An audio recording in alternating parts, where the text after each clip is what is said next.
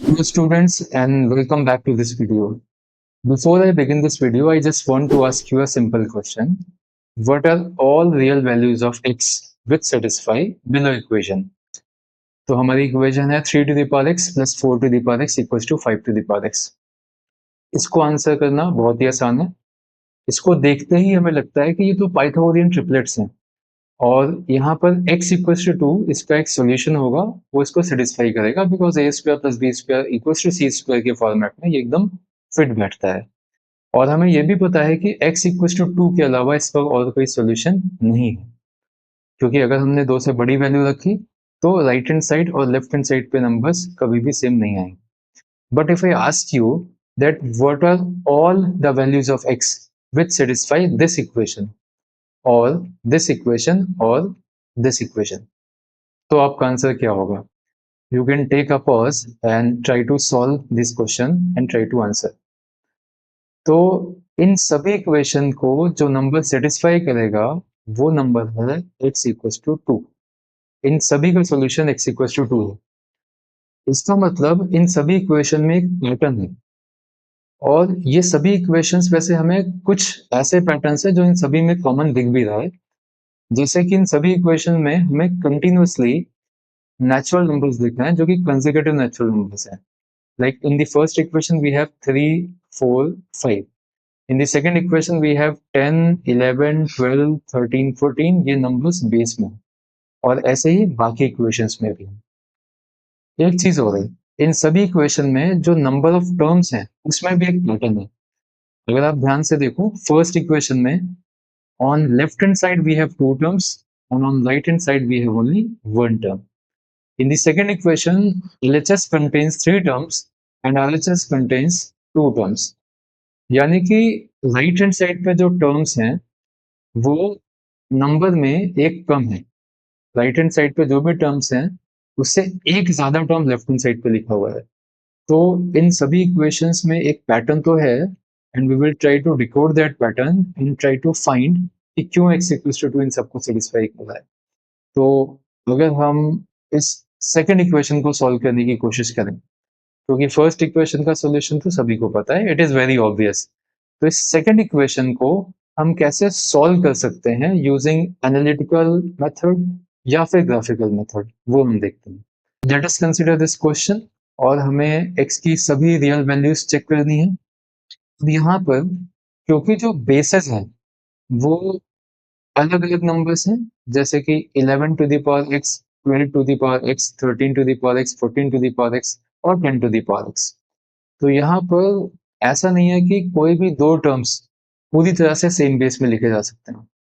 तो यहाँ पर इस तरह के क्वेश्चन को सॉल्व करना कैलकुलेशन करके या फिर कैलकुलेटिव मेथड से हर समय पॉसिबल नहीं होता.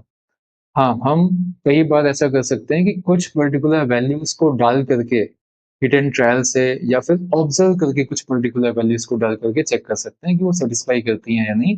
अगर नहीं भी करी तो भी हमें कुछ आइडिया मिलेगा regarding the values of LHS and RHS. तो इस क्वेश्चन को सॉल्व करने के लिए पहले तो हम मेथड 1 डिस्कस करते हैं. मेथड 1 में मैं क्या कर रहा हूँ कि लेफ्ट हैंड साइड और राइट हैंड साइड पे जो एक्सपोनेंट्स है मैं इनके वेरिएशन को ऑब्जर्व करता हूँ और फिर उसके बाद देखता हूँ कि ऐसी कौन कौन सी वैल्यूज हैं जो इसको सेटिस्फाई नहीं कर सकती और कौन कौन सी कर सकती. सो इसको ऑब्जर्व करने के लिए मुझे एक्सपोनेंशियल फंक्शन का ग्राफ भी पता होना चाहिए. अगर हमें ग्राफ का प्रॉपर आइडिया है तो हम एलएचएस आरएचएस को प्रॉपरली ट्रैक कर सकते हैं. अब एक्सपोनेंशियल फंक्शन का ग्राफ काफी सिंपल होता है. यहाँ हमारे सारे एक्सपोनेंट एक से बड़े हैं, so graph is exponential increasing. तो अगर हम ग्राफ प्लॉट करें, so we have 10 raise to the power x, 11 to the power x, 12 to the power x, 13 to the power x and 14 to the power x. जैसे जैसे base बड़ा होता है हमें पता है फंक्शन की वैल्यू पॉजिटिव x के लिए उतना तेजी से इंक्रीज करती है और जो फंक्शन x की पॉजिटिव वैल्यू के लिए सबसे ऊपर है वही फंक्शन x की नेगेटिव वैल्यू के लिए सबसे नीचे होगा. ये भी हम जानते हैं.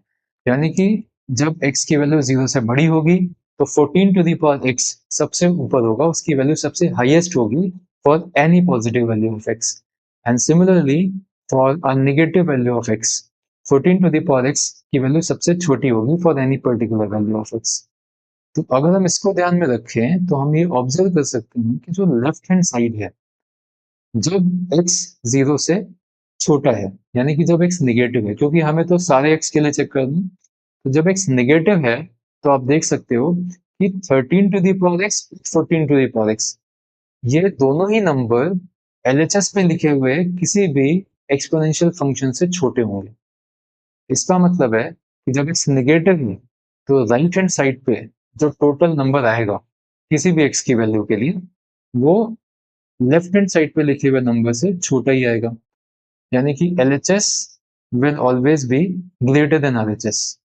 तो इसका मतलब है x की नेगेटिव वैल्यूज के लिए हमें कोई भी सोल्यूशन यहाँ पर नहीं मिलेगा। अब अगर हम x इक्वल टू 0 पे बात करें तो x इक्वल टू 0 पे आप देख सकते हैं सारे के सारे ग्राफ एक ही पॉइंट पर आकर के मिल रहे हैं, x equal to 1, y equal to 1 पे। तो जब x 0 है तो LHS की वैल्यू हो जाएगी 3 और RHS की वैल्यू हो जाएगी 2। अभी भी LHS RHS से बड़ा है। अब यहाँ पर एक चीज आपको ऑब्जर्व करनी होगी, जब हम पॉजिटिव x की तरफ जाएंगे तो RHS पे लिखे हुए फंक्शंस इंक्रीज करेंगे, LHS पे लिखे हुए फंक्शंस भी इंक्रीज करेंगे, लेकिन क्योंकि राइट हैंड साइड के फंक्शंस का बेस बड़ा है as compare to base of the function on left hand side, तो RHS हमारा ज्यादा तेजी से बढ़ेगा। और ये आपको भी पता होगा कि एक्सपोनेंशियल फंक्शन का बेस अगर बड़ा है तो उसका स्लोप भी ज्यादा होता है, ग्राफ से भी हमें दिख रहा है। अदरवाइज आप इसको डिफरेंशिएट करके भी चेक कर सकते हो। इसका मतलब है जैसे जैसे हम x की वैल्यू बढ़ाएंगे पॉजिटिव डायरेक्शन में, RHS की जो टोटल वैल्यू है वो बढ़ेगी, LHS की भी टोटल वैल्यू बढ़ेगी, लेकिन RHS ज्यादा तेजी से बढ़ेगा क्योंकि RHS के फंक्शंस का स्लोप ज्यादा है, उनका बेस ज्यादा बड़ा है। तो अगर ऐसा है तो इसका मतलब कोई ना कोई x की ऐसी वैल्यू आएगी जिस समय पर RHS LHS से बराबर हो जाएगा और फिर उसके बाद RHS LHS से बड़ा भी हो जाएगा। नेगेटिव वैल्यू ऑफ x के लिए LHS बड़ा था, फिर उसके बाद एक टाइम पर LHS RHS बराबर होंगे और फिर उसके बाद LHS छोटा हो जाएगा, RHS बड़ा हो जाएगा। तो हम उन वैल्यूज को कैप्चर करने की कोशिश कर रहे हैं। अब अगर मैं next point x equal to 1 पे चेक करूं, जो कि एक कन्वीनियंट पॉइंट है मेरे लिए, x इक्वल टू 1 अगर आप रखते हो तो LHS हो जाएगा 10 प्लस 11 प्लस 12 विच बिकम्स 33 और RHS आपका हो जाएगा 27। सो अभी भी आप देखोगे तो LHS RHS से बड़ा है। अब अगर मैं x इक्वल टू 2 रख करके देखूं तो x इक्वल टू 2 पर आप देखोगे तो LHS और RHS दोनों की वैल्यू इक्वल आएगी।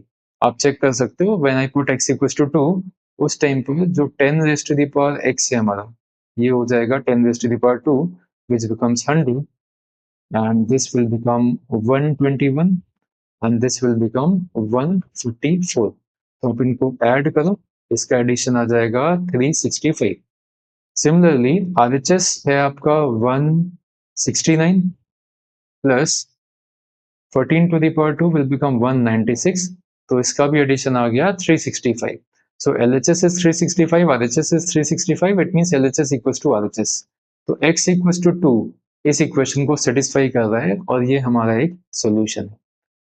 अब इतना ही काफी नहीं है, क्योंकि हमें ये बताना होगा कि 2 के अलावा और कोई भी नंबर नहीं है जो इसको सेटिस्फाई कर रहा हो। अदरवाइज किसी के मन में डाउट हो सकता है कि मे भी किसी और वैल्यू ऑफ x पर LHS RHS बराबर हो जाए।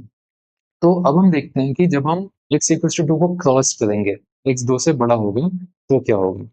जैसा कि मैंने बताया RHS ज्यादा तेजी से इंक्रीज कर रहा है एज कम्पेयर टू LHS। तो अब RHS LHS के बराबर हो गया है। अगर आपने x की वैल्यू 2 से बड़ी रखी तो obviously 14 to the power x और 13 टू द पावर x, ये फंक्शन काफी तेजी से बढ़ रहा है, तो ये LHS से भी बड़े हो जाएंगे और इनके बड़े होने का सिलसिला चलता ही रहेगा। तो कभी भी LHS RHS के बराबर नहीं हो पाएगा, बल्कि RHS हमेशा बड़ा रहेगा। तो इस रीजनिंग के साथ हम बोल सकते हैं कि x equal to 2 is the only solution of this equation. तो हमने इस क्वेश्चन को बिना कैलकुलेटिव मेथड के ऑब्जर्व करके और ग्राफ की नॉलेज के साथ में, फंक्शन की नॉलेज के साथ में सॉल्व किया। आप अगर इसको कुछ और मेथड से करना चाहते हो वी कैन डिस्कस मेथड 2, उसमें भी काफी कुछ हम ग्राफिकल इंटरप्रिटेशन करेंगे, बट थोड़ा सा तरीका अलग हो सकता है। जैसे कि ये जो इक्वेशन हमें दी हुई है, इस इक्वेशन को अगर हम 13 टू द पावर x से डिवाइड कर दें, 13 टू द पावर x को चूज करने के पीछे भी एक रीजन है कि ऐसा करने पर LHS पे लेफ्ट हैंड साइड पे लिखे हुए जो नंबर्स हैं, जो फंक्शंस हैं, उनकी बेस अगर आप देखोगे तो ये सभी बेस एक से छोटी हैं। और किसी भी exponential function A to the power x में अगर आपका बेस ए एक से छोटा होता है तो वो एक्सपोनेंशियल फंक्शन एक डिक्रीजिंग फंक्शन होता है। So because all the three bases are less than one, तो LHS पे लिखा हुआ टोटल फंक्शन हमारा एक डिक्रीजिंग फंक्शन, जबकि RHS पे जो बेस है वो एक से बड़ी है, 14/13, इट इज 1 पॉइंट समथिंग। तो राइट हैंड साइड पे लिखा हुआ जो फंक्शन है वो एक इंक्रीजिंग फंक्शन है, और आप x की उन वैल्यूज को ढूंढ रहे हो जिन पर left hand side right hand side के बराबर हो जाए। तो जैसे जैसे x बढ़ेगा, लेफ्ट हैंड साइड वाला फंक्शन डिक्रीज कर रहा है, राइट हैंड साइड वाला फंक्शन इंक्रीज कर रहा है, तो कोई ना कोई ऐसी x की वैल्यू मिलेगी जब दोनों फंक्शन एक दूसरे के बराबर हो जाएंगे।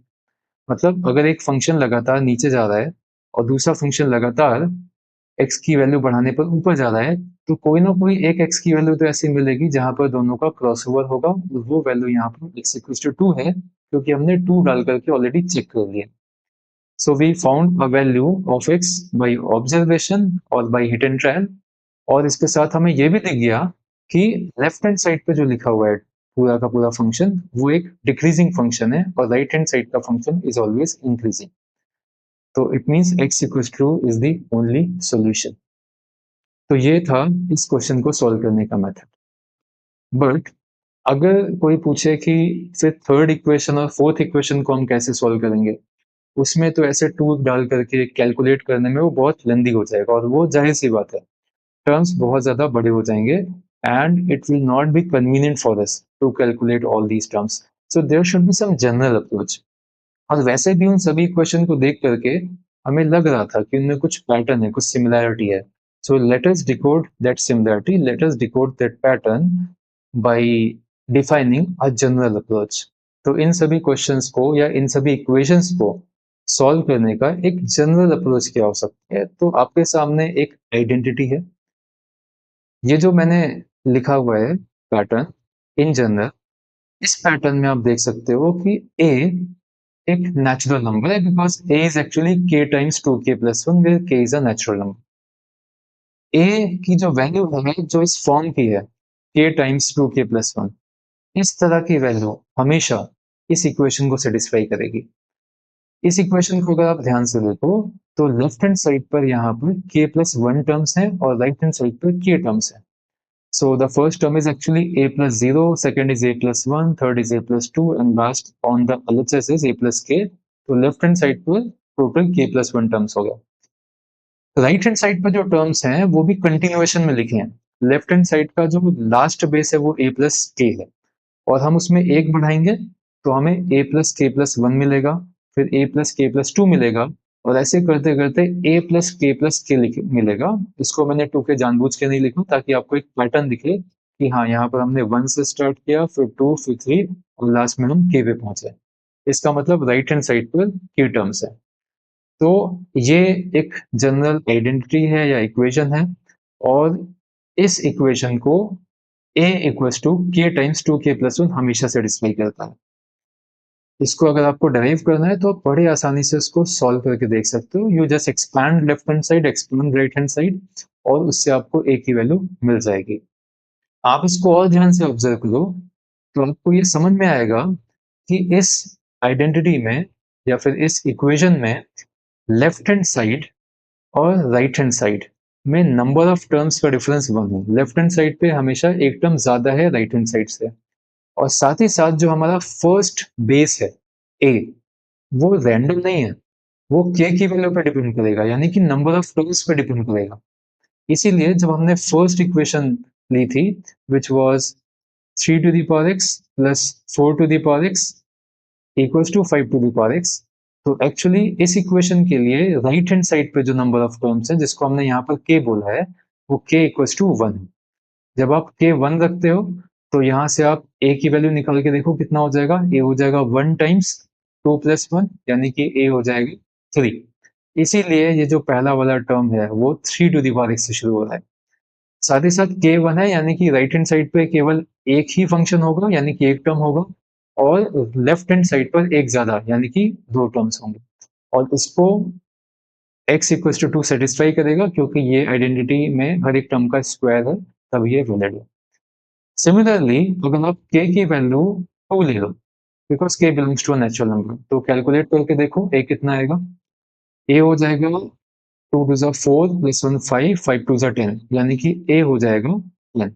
अब अगर a 10 हो गया है तो आपका पहला टर्म लेफ्ट हैंड साइड का हो जाएगा 10 raise to the power x, और कंटिन्यूअसली सारे नेचुरल नंबर्स आएंगे, तो 10 raise to the power x, then 11 to the power x plus 12 to the power x। क्योंकि k2 है तो लेफ्ट हैंड साइड पे तीन टर्म्स होंगे और राइट हैंड साइड पे केवल दो टर्म्स होंगे, तो 12 की पावर x के बाद आता है 13 to the power x plus 14 to the power x। इसको भी x इक्वल टू सेटिस्फाई करेगा। अब हम k इक्वल टू 3 रख करके देखते हैं, तो जब आप k बराबर 3 रखते हो तो आपके a की वैल्यू हो जाती है 3 इंटू 7, मतलब आपका a हो जाता है 21। तो आप नेक्स्ट क्वेश्चन क्रिएट कर सकते हो 21 raise to the power x, और लेफ्ट हैंड साइड पे कितने टर्म्स होंगे, k3 है तो लेफ्ट हैंड साइड पे चार टर्म होंगे, तो 21 raise to the power x plus 22 raise to the power x plus 23 raise to the power x plus 24 raise to the power x। और राइट हैंड साइड पर k3 है तो तीन terms होंगे, तो 24 के बाद आता है 25 raise to the power x plus 26 raise to the power x plus 27 raise to the power x। आप x इक्वल टू 2 रख करके देख सकते हो, LHS और RHS दोनों ही बराबर आएंगे। सिमिलरली जब आप k की वैल्यू 4 रखते हो तो k इक्वल टू 4 पर आपको a की वैल्यू मिलती है 4 टू 8 प्लस 1 9, 9 4 36, तो a हो जाएगा 36, और हमारी इक्वेशन शुरू हो जाएगी 36 raise to the power x से। k 4 है तो लेफ्ट हैंड साइड पे 5 टर्म्स होंगे, सो 36, देन 37, देन 38, देन 39 एंड 40।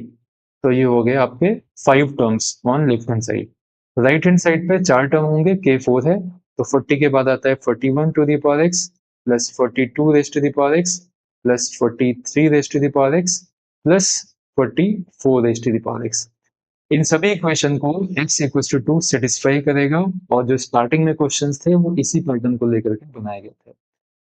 सो मुझे उम्मीद है कि आपको ये पसंद आया होगा। ये पैटर्न हो सकता है पहले कुछ लोगों ने देखा हो, या फिर कुछ लोगों के लिए नया भी हो सकता है। So if you like this pattern, if you like this video, then please don't forget to like, share and subscribe the channel. Thank you so much.